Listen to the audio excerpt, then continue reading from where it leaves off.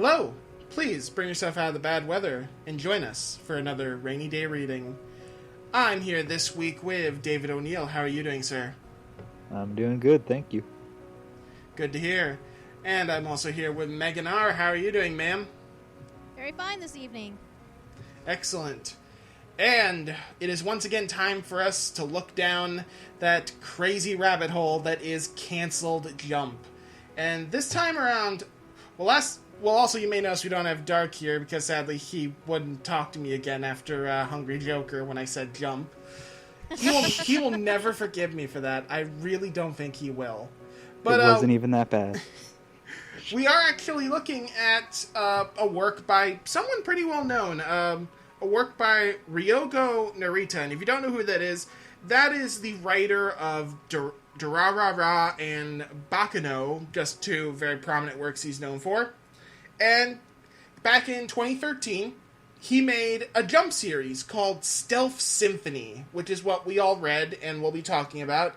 And there's a very specific reason I picked this series for us to read, and I want you all to know this. So, back in 2012, there was this whole thing with the Weekly Shonen Jump, the English online service, where they would start releasing series on the same day they were released in Japan. And this started with Barrage, and, there's a whole story behind that we'll probably cover one day. But it wasn't just Barrage. As the months went on, more and more series got looked at, and also what would happen is, since they're already translated into English, the volumes would come out. So you'd actually see, these 2 and 3 volume series of these Cancelled Jump series released in volumes in bookstores. Something that really had never really happened until... really not much at all until this point. Mainly because no one wanted to translate a series that wasn't popular. So, Pretty much. Stealth Symphony in 2013 was the next series to get that treatment, but this one differs in 2 ways to the other series. One, it already has a pretty prominent writer, maybe not as prominent as he is today, considering that now you have also the Durarara novels and the manga. You had his show on Adult Swim a couple years ago. But the second thing is, despite this series being fully translated into English, they never released volumes of this to the public. Mm-hmm. So, just in America or even in Japan? No, in Japan there were volumes, but in America they went through the trouble. I'm sorry, my throat's a little phlegmed up. Even though they went through the trouble of translating these chapters, they never released volumes. They never tried to make a bigger return on this series. Which does beg the question, why? Because aside from that, most series that have had a translated full run in Weekly Shonen Jump in America, they've gotten volume releases on at least some level. Mind you, this is also the same company that took forever to put out One Punch Man, meanwhile giving freaking Nisekoi priority. Jump. Exactly. And it's already been 3 years since this series had its run, and the only way to really read this series legally still is to buy, the old volumes online of Weekly Shonen Jump that you can read the chapters in. And, together it's 20 volumes. So... 20 chapters. Yeah, basically. So yeah, it's... So that kind of is why I picked it for this series, is because that's fascinating. Why would this series kind of be, held back? That is weird, especially since, after reading it, I don't think it deserved that kind of treatment. I don't know. It certainly had as much potential as Barrage, and Barrage was hyped up to be, the next big thing before it was canceled. Barrage got canceled, way early, too. 16 chapters, damn. Mm-hmm. But that's, like I said, another story for another day. Before we talk about Stealth Symphony, we need to ask you guys, are you ready? What have you been reading? Let's start with you, David. Yeah, well, the thing is, fun little story. Up until about 2 hours ago, I hadn't been reading anything new.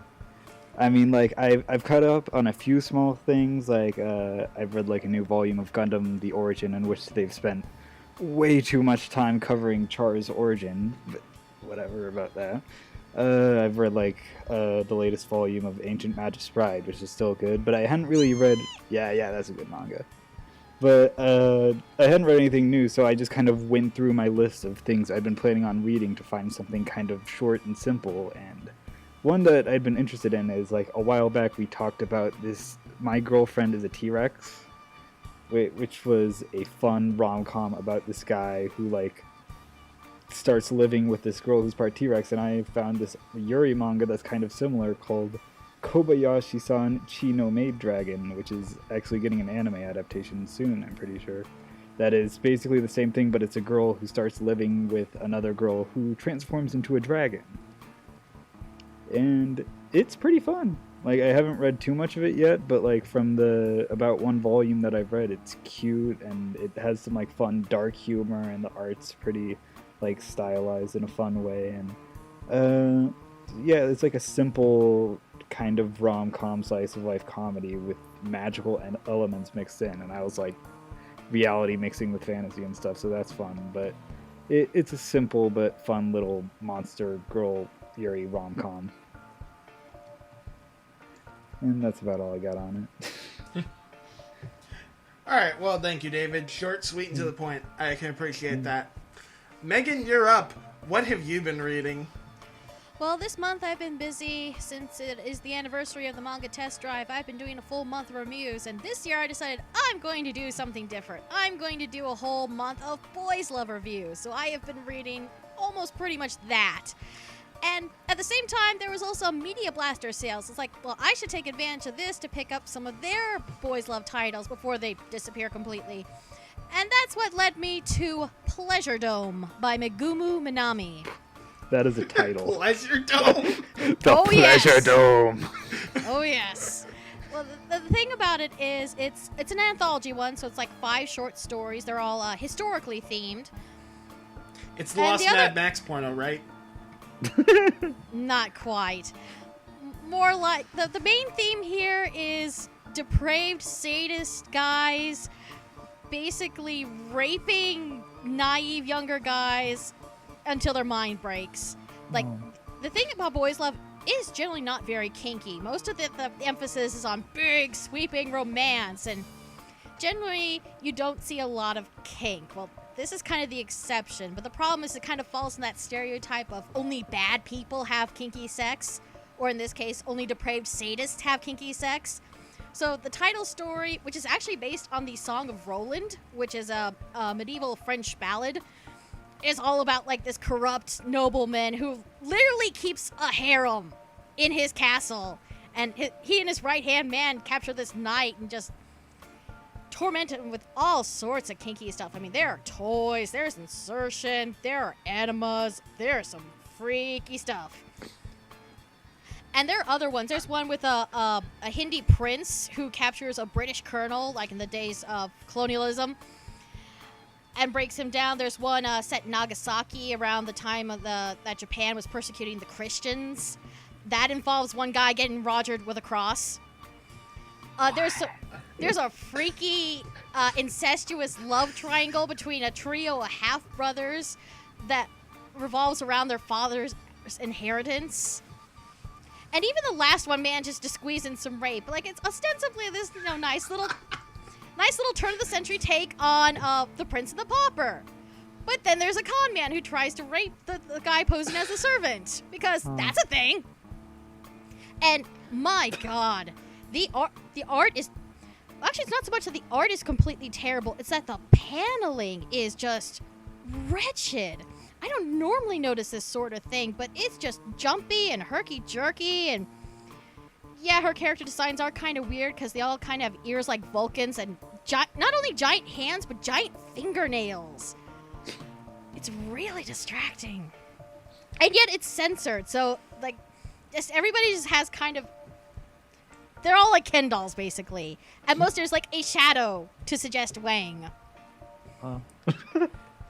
Well, That is Megan, a fun sentence. Shadow. Megan, I'm glad to hear you've been digging through Jonathan's stash this week. You're filling in his absence. Yeah, really. But yeah, this is just. It's not the worst thing I've ever read, but my god, it is. It is eye-opening, and it is terrible. Sounds like a thing. More quality smut for Media Blasters. Thank you very much, Megan. Jonathan, a few days ago, said he could not be in this podcast, and you stepped up to the plate and said, I will deliver the smut. So thank you. Thank you very much, I will seek Megan. out the smut. I aim to please. At least it isn't as traumatic as Super Lovers. That's 2 podcasts in a row we've bashed on Super Lovers. Have we convinced everyone that we don't just all love it? I haven't even seen it. Yeah, Don't. neither have I, and I know don't of plan. it. I watch bad manga, or not bad manga, bad anime, almost religiously, and I refuse to watch Super Lovers, so there you go. All I know about it is the premise and that it's like one of only 3 anime that has taken place in Canada. Where are the Huh. other 2? I don't know. I just know there aren't many of them. That's a That's a shame. thing. Anyway, so what I read, so I've already mentioned that there have been a few series in the Weekly Shonen Jump volumes that were translated to English, and that Stealth Symphony is the only one that hasn't gotten a manga, a volume release. And I want to show you just what that means, because they put most stuff to volumes. And to show that off, I'm going to talk about Takama Gahara, which is a failed battle series from about 4 years ago now, that I would probably never talk about on Rainy Day Reading if not for this topic, because I forgot this existed until I started looking into stuff for Stealth Symphony. And so, in this world, every human has some kind of dormant superpower. And no, it's not like My Hero Academia where it's like all show-offy. It's like, I love the example the first chapter uses to explain this.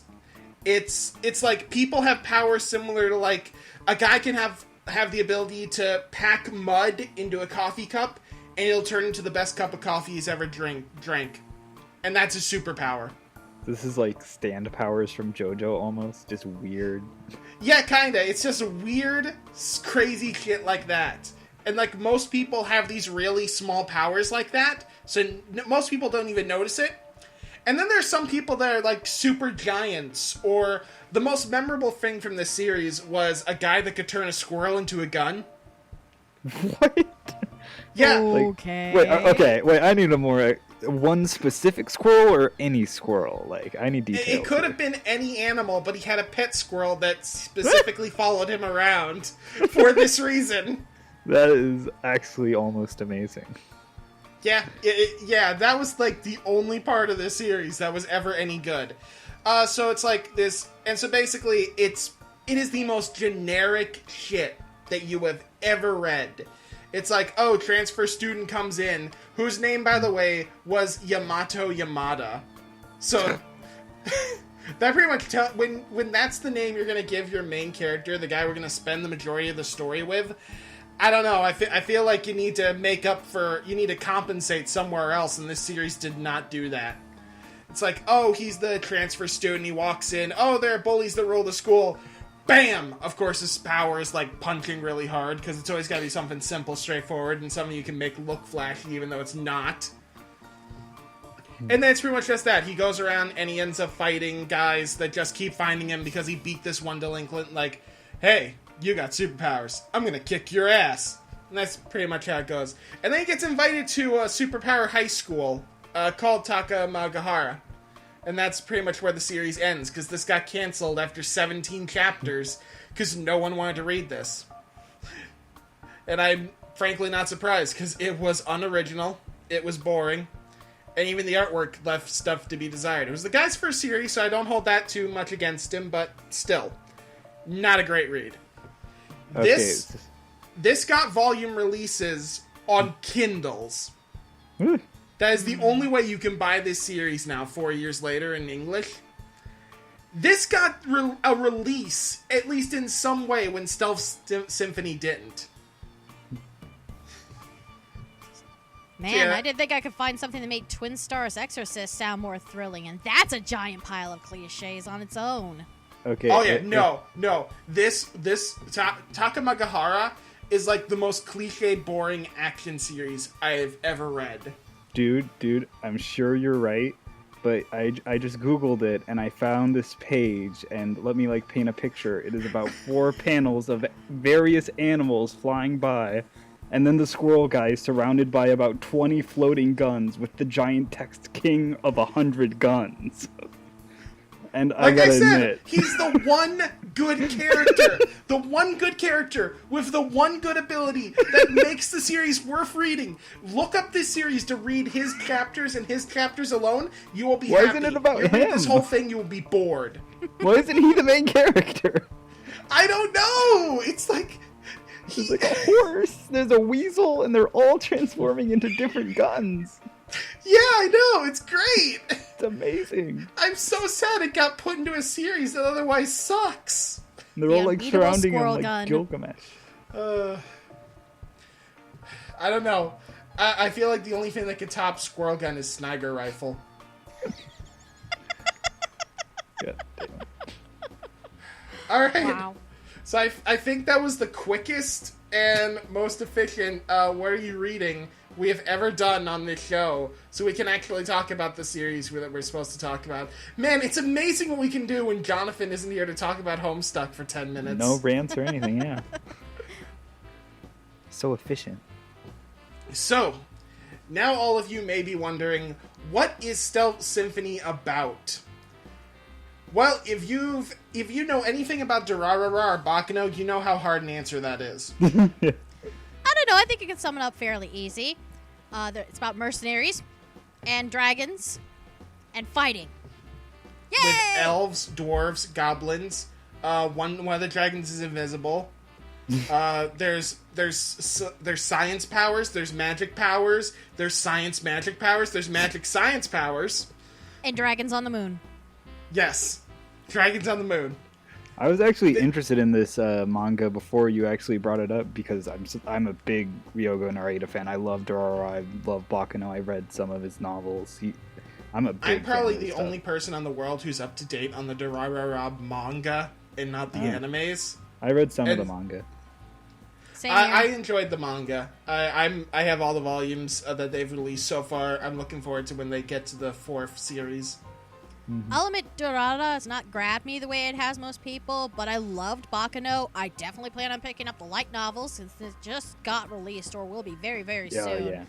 And that's how you convinced me to go on this. I'm like, cancel Shonen Jump series. Meh. Written by the Baccano guy. Wait. Maybe there's hope.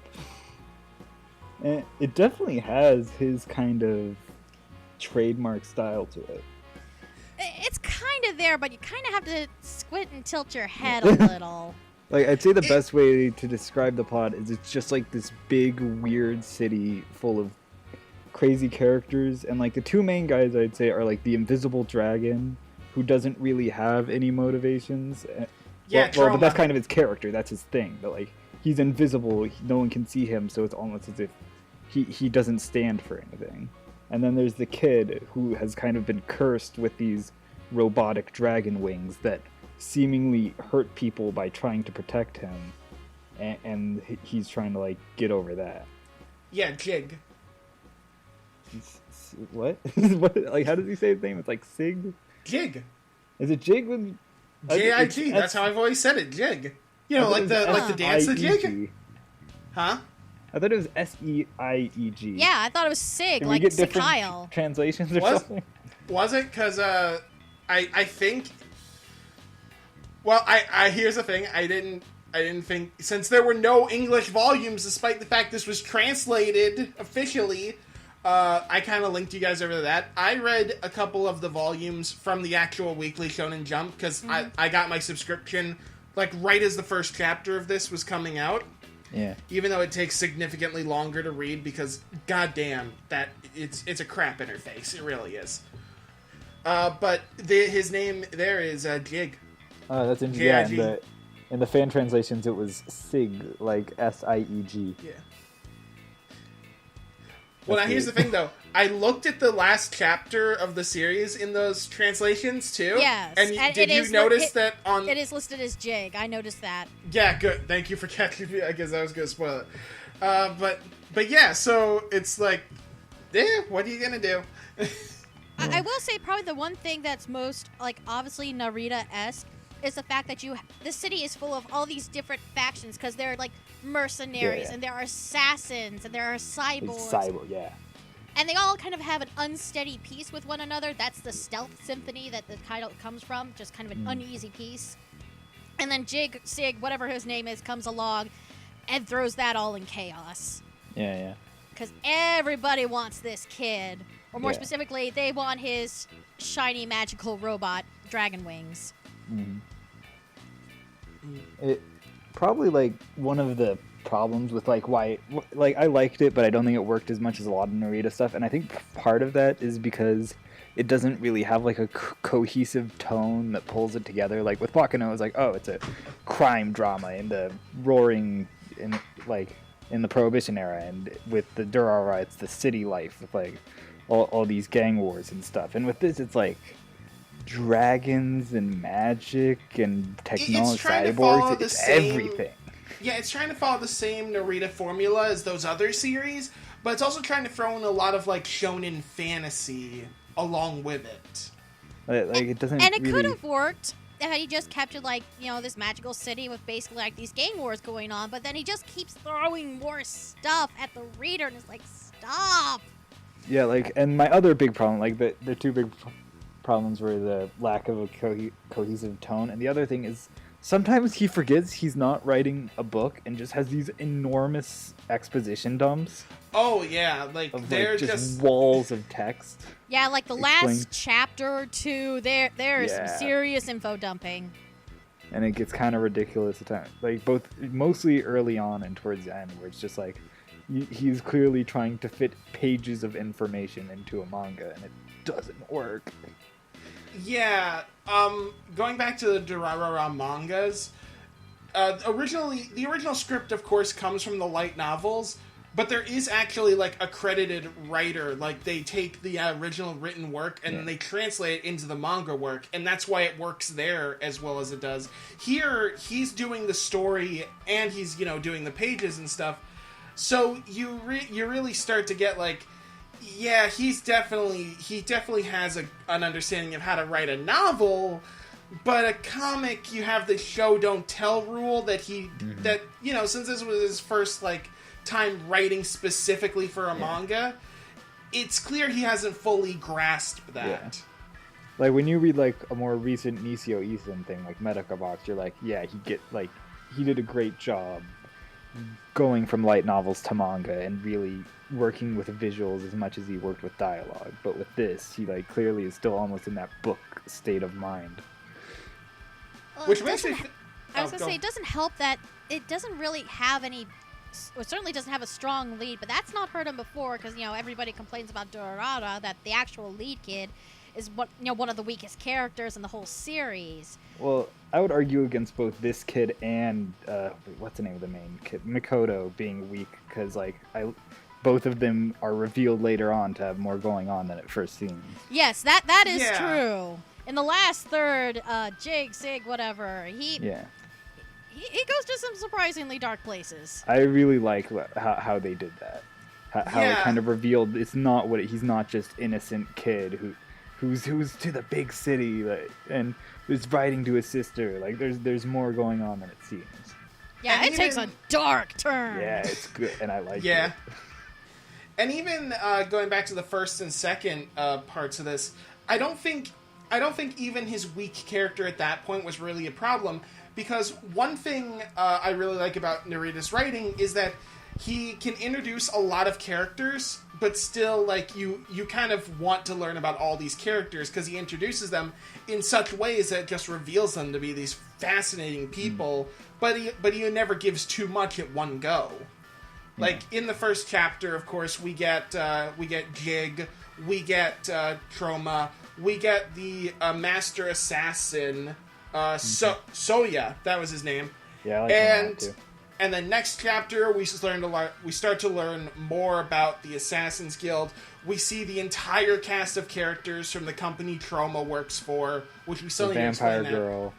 Yeah, Vampire Girl. The boss, the like Satan-looking boss guy. Yeah. In the first 6 chapters, we introduce, like, so many characters, but each of them kind of introduce themselves in these, like, unique ways that are, like, sometimes really funny. Like, we have the one girl, Laika. First time we see her, she drops this ominous line like, "Oh, I could just rip that device right off his spine." And then next chapter we find out, oh, she was making a joke, and she wasn't actually a villain. She's just going to be like a goofy kind of sidekick character. She didn't do much, but I really liked her design. Like that thing too. with the eyes was cool. Yeah, because she's a cyborg, but she lost her eyes, so she has like these 2 floating cat-eared like droids that serve as her eyes. And yeah, that is cool. And then one really satellite that just drops laser beams from the sky. And it's a cat satellite. Yeah. But yeah, this series is actually loaded with characters like that. Like, the invisible dragon guy himself, and I can't remember his name. Yeah, he was Trauma. Like, they make the fact that he kind of has no personality. He's almost just amoral because he was like this crazy science experiment dragon who's invisible and you can't hear his heartbeat and he has like no center sound. And most of the time, the only way you can see him is the little like happy buddy mask that he wears to indicate. But I really like what they did with that character. It's like to make him like emotionless, they took him having no personality and kind of made that his personality. Yeah. Which that makes no sense saying it out loud the way I am, but it's like that is what they did. Mm-hmm. But you can really tell the series starts to come into its own when they introduce Slice. Slice is basically this series' Ayaza. I like Slice is the reason I wish this had gone on longer because he's a complete total maniac. Yeah. But he's like he is like Isaiah because he's the best kind of maniac. He's clearly just in it. Great at doing villains, Yeah. Like grinding up pictures of his enemies and drinking them in a smoothie. Yes. For the fiber, of course. Yeah. And like that's just a weird like video game gimmick that like he gets hit and he bleeds coins, like gold coins. Yeah. Oh, dude, and he does like, and even like you would think like, oh, so that's just kind of like it's a way to get rich, but I mean, so basically his power is, hiring guns and stuff. No. The first time we see him, he shoves his hand into a person's mouth, they attack him, and he makes them explode by filling them with money. Yeah. Because he, like, thought that money was more important than life, so it's like, okay, then I'll kill you with money. It's so great! The series has a lot of flaws, but it's, like, even the flaws are, like, so beautiful. Like it's really funny how Trauma is, like, he's, like, the main character of this. He has no personality, and yet it builds that up so well of just him accepting... Like, his whole shtick is he accepts everything. He rejects nothing. He wants to basically learn from people. And apparently we find out he's only 100 years old, which, as a dragon, is like maybe 1 year old. Yeah, like 1 year old. And it turns out... And the way they just twist around how he seems to have no identity to almost show that he's just... To show that he's basically almost the same as Jig in the third act when they finally get to his big reveal. To show that even though they're under different circumstances, they're both lying to themselves. They're both trying to convince themselves of some false truth. For Jig, it's that, he's not this crazy murderer guy. For Trauma, it's that he's been learning from people. He's been accepting everyone to, like, become more of a person himself. When really he's just kind of been running away this whole time. He just doesn't want to... he hates being invisible, he hates not having no one see him, and he just has no way of really getting away from that, so he just kind of throws on the smiley face and hopes no one notices, in a way. Yeah, he's like when also the show... something. I was gonna say he's also something of a stickler for the rules, but he uses that in interesting ways as a mercenary. Oh yeah, like he'll bend the when- rules, like, absolutely. Even though he's, like, accepting, is like, oh yeah, we'll totally help you transport all these slaves to some crazy pharmaceutical place. They'll probably chop them up and kill them for experiments. We'll totally protect them. But, once we get to the location, we don't have to our contract's over, so, them's the breaks. And Yeah, the when the villain mo- is no longer part of the cargo, so she doesn't really count. Yeah, no, we can totally let the big villain get sucked into a dimension of skeletons and pain. Oh my god, that was wonderful. Another thing that I would love if Narita did another fantasy series is him to keep thinking up powers, because there's a lot of cool shit in this. Have you ever heard of his light novel series, Vamp? No. I've read some of it. It is a vampire-focused light novel series by him. It's never gotten an anime or a manga or anything as far as I know, but it has a lot of crazy powers in it. There is a character who is a vampire watermelon. I am not... He is a sentient watermelon. All right, well, With now vampire power. I'm gonna Google vampire watermelon and see what I my get. God. It may not come up because it's not that popular, and I think like the first volume got licensed in the West, and that's it. I have But- seen Vamp in bookstores, so But I totally believe it because there's Alice, who is a vampire in this series. yeah, and yeah. It's not so much that she drinks blood; that she's almost a little bit like Rogue from the X-Men. She drinks powers, Yeah. so she's got kind of a grab I'm sorry. bag. Can I interrupt for 1 second? I decided to do a Google image search of vampire watermelon, Yeah. and I got I think it's watermelon flavored vampire vape e-liquid. Oh god! Nice. So yeah, don't Google that. Continue. But yeah, that's another good thing for looking how much Narita has fun with coming up with weird things and powers. But yeah, that's also part of the problem because he's so good at writing all these interesting characters. It really takes him a while to actually get to the plot proper.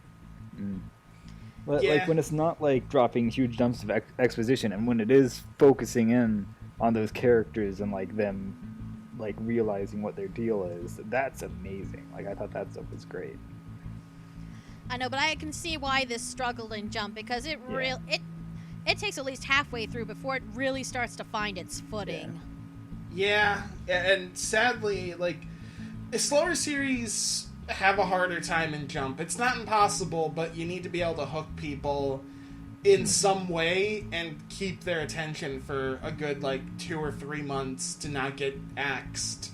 Yeah, and the hook with this series was like very sloppy. Yeah, those I first mean, few I chapters. think it's the first 5 or 6 chapters is just Jig trying to go around finding a job and just keeps running into Trauma and friends doing their jobs. And those first few chapters I think were just some of the messiest of them with But they gave Just us not having a Assassin Bakery. That was Yeah, there was fantastic. stuff like that, Yeah. but- The oh so subtle Assassin Bakery. I mean, how can you That say guy no was to great. that? And it becomes plot relevant later on. Oh, god damn it. That was That was fantastic when it's like, wait a minute, the baker! Oh!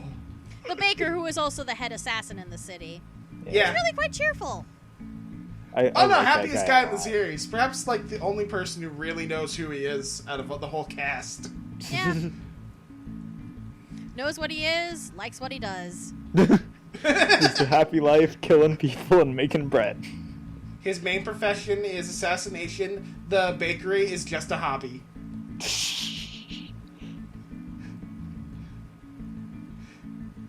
I think we said this a couple times. For as sloppy as the series is, it's just so wonderful. Yeah, Yes. I'm glad I read it. It's great. I love that he managed to even make the idea of a mermaid fighting on land feasible, mostly because she has waterbender powers, but still. Well, Like, that it's, sounds and stupid, I like but it's too that it awesome. wasn't. I like too waterbender powers. It's not just like water bending. It's like, oh, first I'm gonna attack you with gasoline, and then poison rain. It's like, holy shit! Like I think he only used like actual water as like a shield once. No, she's like using every liquid around. Like that's super smart and super cool. Yeah, I never like seen. It's very creative with its powers like that. Yeah. But yeah, it's a hard time finding its footing, and then the ending. Like, and understandably, because this ended short, it was always kind of going to be kind of a rushed affair. But well, first of all, it starts off getting really info dumpy, and then there's just a kind of a twist at the end. You're like, wait, hold on, what? Hold on, slow down. There's no slowing down on this train. The Stealth Symphony train, the minute it hits chapter, I think, 12 or 13, or no, like chapter 11, I think, is where it starts. Just the conductor takes it up to like 10, breaks the brake off, and just lets it run into the station. Yeah, the same thing happened with Hungry Joker, where you can just like feel the moment that like, oh, we need to finish this. We're getting canceled. Just sprint to the finale. There's absolutely a point where it's just like, this guy just got handed the pink slip for the series. He has so many chapters to finish it. Just take everything and compact it down. Like, there was a whole plot point between Slice and the vampire, whose name I can't recall. Alice. Alice. And they kind of just basically cut that. I know, cut and it like that's a halfway shame through. because I thought it was kind of interesting. He basically hires her on as his bodyguard, despite the fact that he hates her guts and wants her to die. And basically only hired her just so they're near each other. So one of them's gonna kill each other. Like, if this series like went on longer, that could have been its own separate thing. But you can, like, clearly see the point where it's like, okay, gotta finish up the series. So, like, clearly the end of Jig's arc and this arc just got melded together into this mishmash where they basically took whatever ending the Slice and Alice arc had and just threw it out and just kind of combined it into this. Yeah, it's too bad. It really is. And I kind of want to talk more, but it's hard to talk more about the ending without getting into explicit spoilers, and I don't know how far you want to take this. Yeah, we probably... Spoiler warning. Skip to blah, blah, blah. Then fill that in later, and then just talk. Okay, so it turns out that the magical robot dragon wings, well, they're more than just magical robot dragon wings. They also kind of have the soul of an evil dragon in them.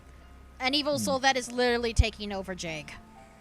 And not only that, but like up until now, like as long as we're getting really spoilery, we had been told that like, oh, he left his town because like he was afraid of hurting them, and he was writing letters to his sister. And it turns out he basically wiped out his entire hometown. His sister was killed in a fire, and then he took revenge on the people who killed his sister by willingly, not by his wings, but himself stabbing them to death. He smashed them with a board until they were paste. Well, he impaled. Yeah. And So this was it's done like by I guess his local doctor, who was basically using him as a guinea pig. Yeah. Yeah, basically the doctor, or the director as she's called throughout the series, she was basically just a dragon who wanted to bring back the Black Emperor Dragon, who was the big bad from 100 years in the past, and basically just wanted to destroy the whole city, bring the dragons back from the moon, and put every other race under their thumb again. Mm-hmm. And there's even this whole thing where it's like, dragons weren't actually dragons at first. They were, like, you can tell just how rushed the ending of the series is by this one explanation. There's a whole bit that's like maybe 2 or 3 pages long where Slice and Troma are talking. And they're talking about how dragons didn't start out as dragons. They were originally humans, and they became dragons, not just through magic, but through the efforts of science as well. And that's always something I really liked about the series. It's like, they never put one above the other. It was always a combination of the two in this series. And I'm kind of really bored and tired of the science versus magic plot lines in some series. So I really liked that they combined the two in this series.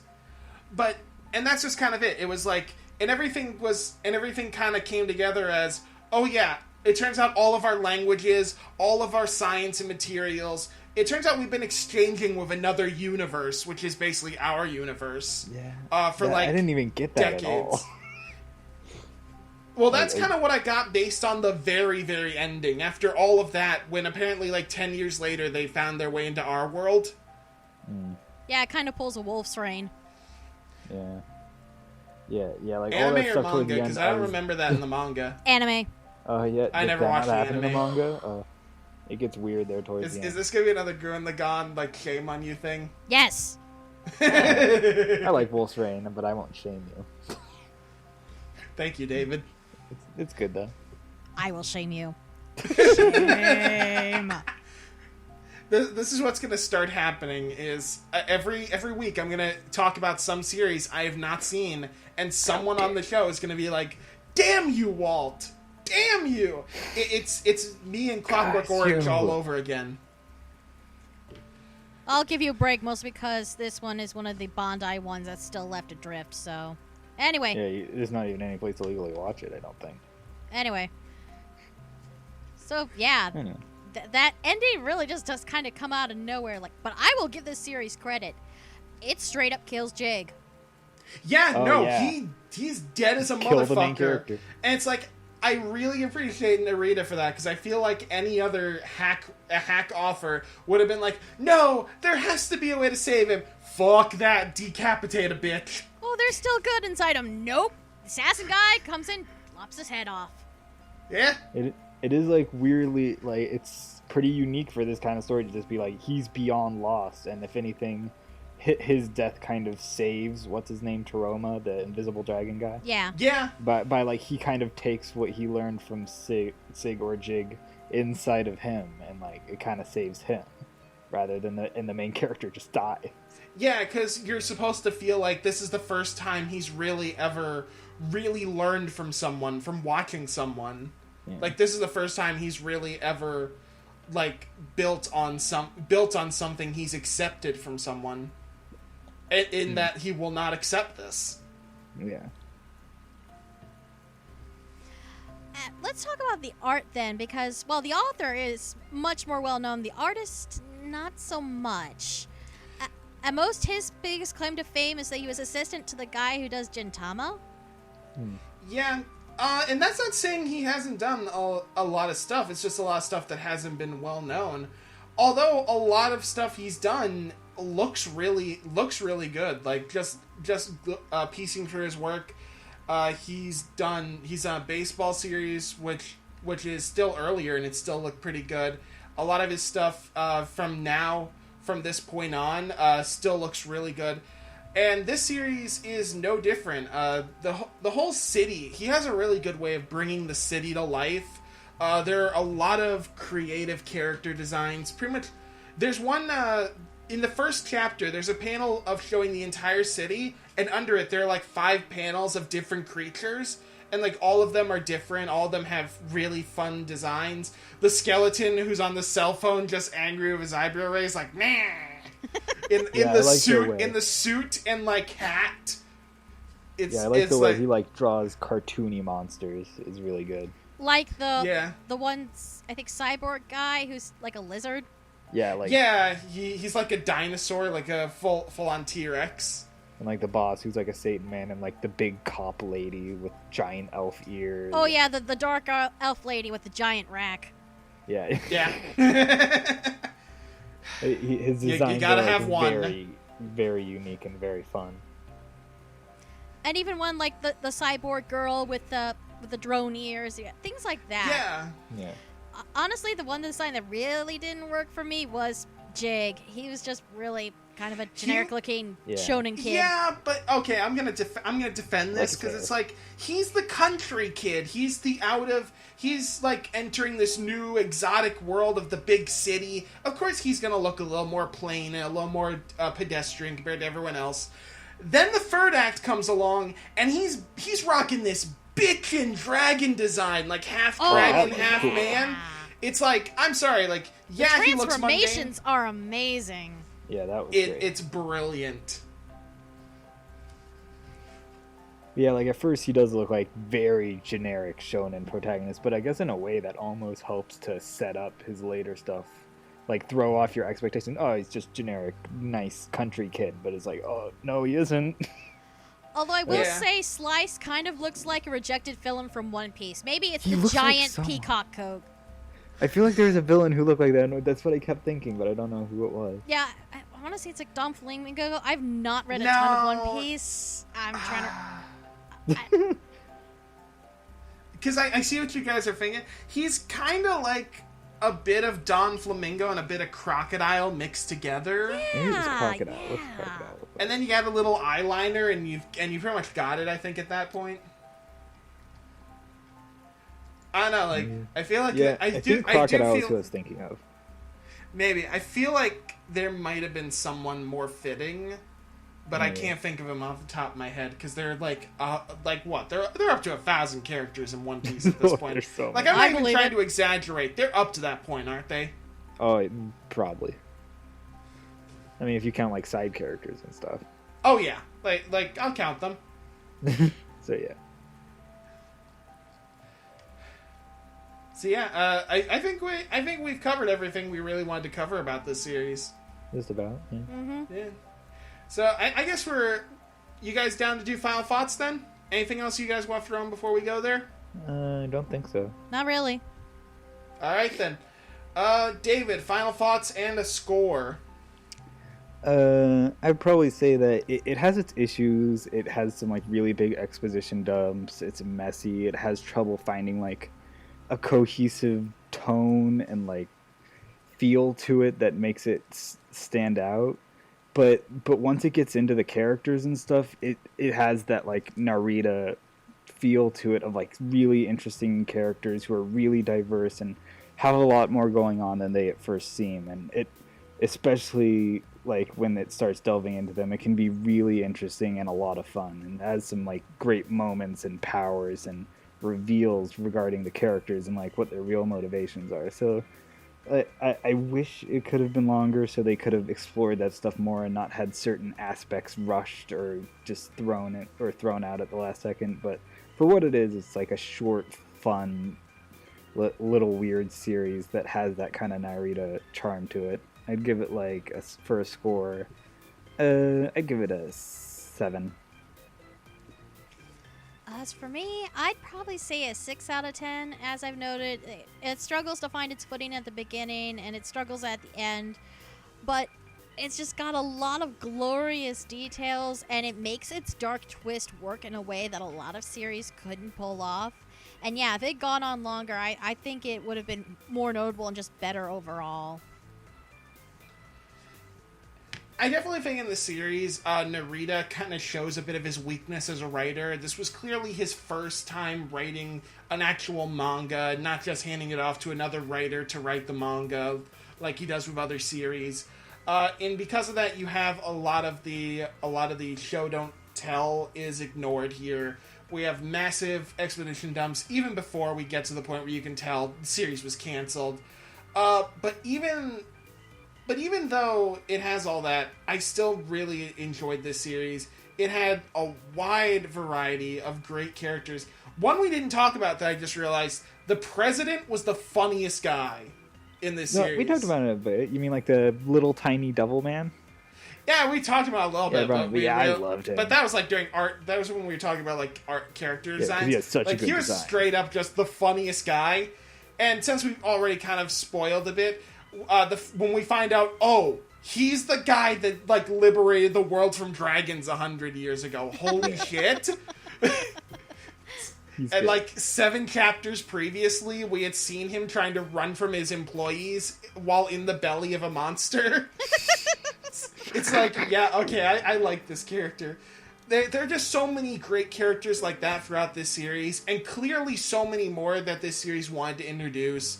there was a whole chapter on this minor character, and that tells me that this series, if it had gone longer, had a million ideas for little characters that would have just come up all the time, that would have made this series so much more charming. But what we did get is this great little character piece with great artwork, and I'm gonna give it a 7 out of 10 because it took a while to kind of get on its feet, and by then it had already been canceled and had to rush out the door. But if you're a big Narita fan, this is definitely a read you want to go for. And even if you're just looking for a really quirky jump series, something a little different from what you would normally find in the magazine, but still kind of has that shonen fantasy charm, this is a great series to dig into then. This is one I think will leave most people at least smiling at the end. So yeah, I think we have officially covered Stealth Symphony. Yep. And not a single ship post to be found in our Skype. Fantastic. No ship post at all. It's so much more peaceful this way. Yes. Yeah. So that's about a 20 out of 30. So 6.5 out of 10. Rounding 7 out of 10. I don't know. Somewhere around there. 6.5 sounds about right. Yeah. All right. Cool. Yeah.